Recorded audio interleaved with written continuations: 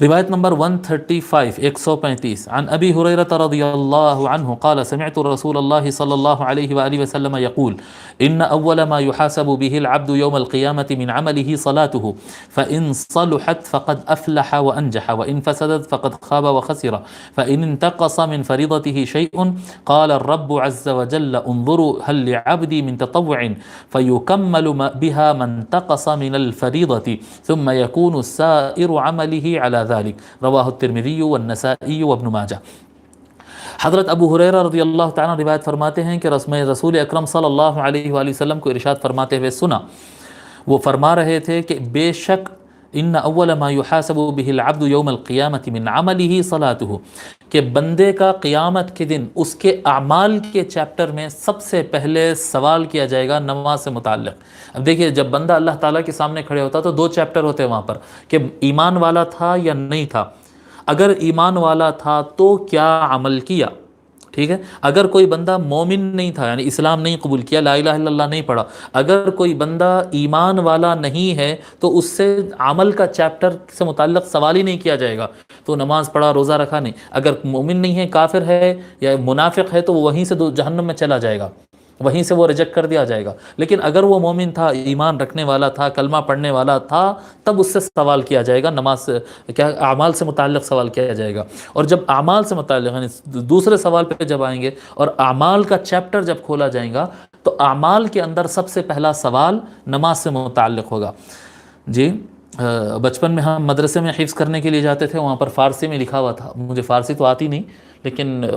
تھوڑا شاید صحیح ادا کر دوں، اولین پرسش نماز بود، اس طرح سے کچھ لفظ لکھا ہوا تھا۔ ہم اپنے استاد سے پوچھے تھے کیا لکھا ہوا ہے، تو قبلہ رخ پہ لکھا ہوا تھا کہ قیام سب سے پہلے سوال نماز سے متعلق ہوگا۔ تو بچپن میں تو یہ سمجھتے تھے کہ بندہ جا کے اللہ کے سامنے کھڑے ہوتے ہی پہلا سوال نماز سے متعلق ہوگا، نہیں مگر ایسا نہیں ہے، وہ پہلا سوال نماز سے متعلق ہی ہے لیکن اعمال کے چیپٹر میں، ایمان کے چیپٹر میں نہیں، اعمال سے پہلے ایمان کا چیپٹر الگ سے رہے گا۔ تو فرماتے آقا صلی اللہ علیہ وآلہ وسلم بے شک بندے کا سب سے پہلے قیامت کے دن جو سوال کیا جائے گا اس کے اعمال میں وہ نماز سے متعلق ہوگا۔ فَإِن صَلُحَتْ فَقَدْ أَفْلَحَ وَأَنْجَحَ، اگر نماز اچھی رہی، اس کی نماز قابل قبول ہو گئی تو وہ فلاح بھی پالے گا اور نجاح بھی یعنی کامیاب بھی ہو جائے گا، نجات بھی پالے گا، وہ پریشانیوں سے نجات بھی پالے گا اور سکون کی زندگی پالے گا۔ وَإِن فَسَدَتْ، اور اگر اس کی نماز ریجیکٹ ہو گئی، نماز خراب نکلی، نماز صحیح نہیں پڑھتا تھا، نماز میں ریاکاری تھی، نماز دکھاوے کے لیے پڑھتا تھا وغیرہ وغیرہ،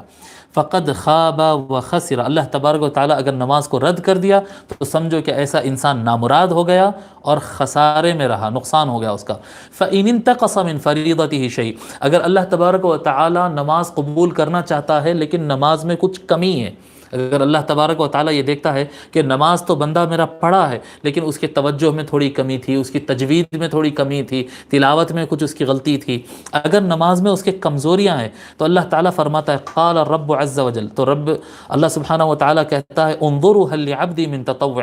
اے فرشتوں دیکھو اس کے اعمال میں کیا میرے بندے کے کچھ نوافل بھی ہے، کیا یہ فرض کے ساتھ ساتھ کچھ نفل سنتیں بھی ادا کیا کرتا تھا کیا؟ یہ حل عبدی من تطوع، اس کے کچھ سنت فرض کے علاوہ نمازیں بھی کچھ ہے کیا؟ فیکمل بها من تقص من الفریضہ، تو فرض نماز میں جو کمی رہ جاتی ہے وہ ان نفل نمازوں اور سنت نمازوں سے وہ کمی کو پورا کیا جاتا ہے۔ میں اکثر مثال دیتا ہوں ایسا کہ اگر دیوار ہو اور دیوار میں دراڑ پڑ گئی، تڑکیں آ گئی اس کے اندر، دراڑیں تڑکے کریکس آ گئے اس کے اندر، تو پوری دیوار توڑ کر نہیں بناتے، سیمنٹ لا کر یا کیا کہتے ہیں پی او پی لا کر وہ تڑکوں کو بند کیا جاتا ہے۔ تو نوافل جو ہے فرائض میں اسی طرح سے کام کرتے ہیں، اسی لیے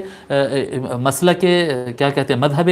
امام اعظم ابو حنیفہ رحمۃ اللہ علیہ کے جو علماء ہیں، علماء حنفیہ کہتے ہیں کہ نفل نمازیں فرض نماز کے علاوہ جتنی نمازیں ہوتی ہے یہ نمازیں متممات ہوتی ہے۔ آپ دیکھیں